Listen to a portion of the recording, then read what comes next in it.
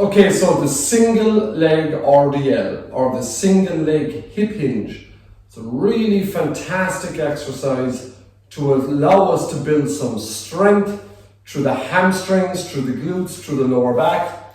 It's a really good single leg exercise, so there's going to be an element of balance, an element of coordination, but thirdly, the real big benefit we get from this is controlling this pelvis, this rib cage position, and this lumbar area, okay? Now, a lot of people when they perform this, they let the back leg lift. They lose this rotary stability, they lose control through the rib cage, and they lose the ability to actually lock everything down and load the structures we're trying to load. And what we're trying to load is the glute, the hamstring, and the lower back. So therefore, we're going to use a yoga blocker. In this case, I'm just going to use a boxing pad, and we're going to place it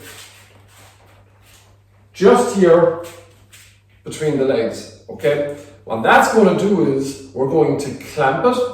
So therefore, we're going to maintain this element of stability through the pelvis when we perform the movement. Now, again, what I want to do is I'll go from the front to start with. For the first set, we can leave the leg on the ground, okay? So therefore, what we're going to do here is we're just going to eliminate the need to try and balance, okay? So we can just leave this leg right here behind us, okay, with the toe on the floor. And this toe can actually help us to balance. Now my head looks forward and I initiate the movement with a hip hinge. Now on the way down, I'm really going to load my heel on my working leg, which in this case is going to be my left leg here, not my support leg. So chest is nice and tall. I keep squeezing the pad between my knees. I keep my back nice and flat. I hinge. Minimal movement at the knee joint, maximal movement at the hip joint. Loading this heel, and I draw back up. So that's one. Now ignore me looking to the camera. I want you to look straight down.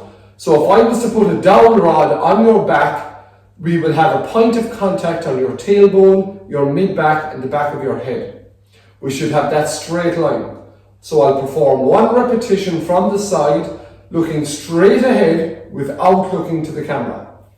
So I set up, I get a deep hip hinge, I'm looking straight ahead, loading my heel on the way down, chest nice and tall, I can feel that load through the hamstrings, and then I draw back up again.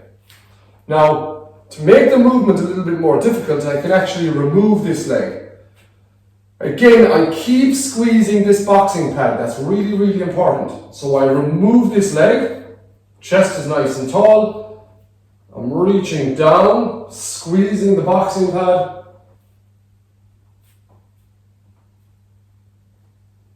under control,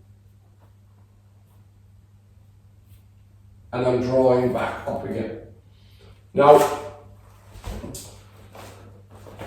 when you do it barefoot, you're really working all those intrinsic muscles of the foot. You're working the hamstrings, you're loading the glute, you're loading the lower back.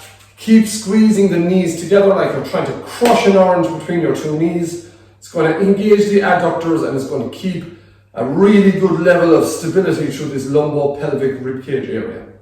So that is the single leg dead.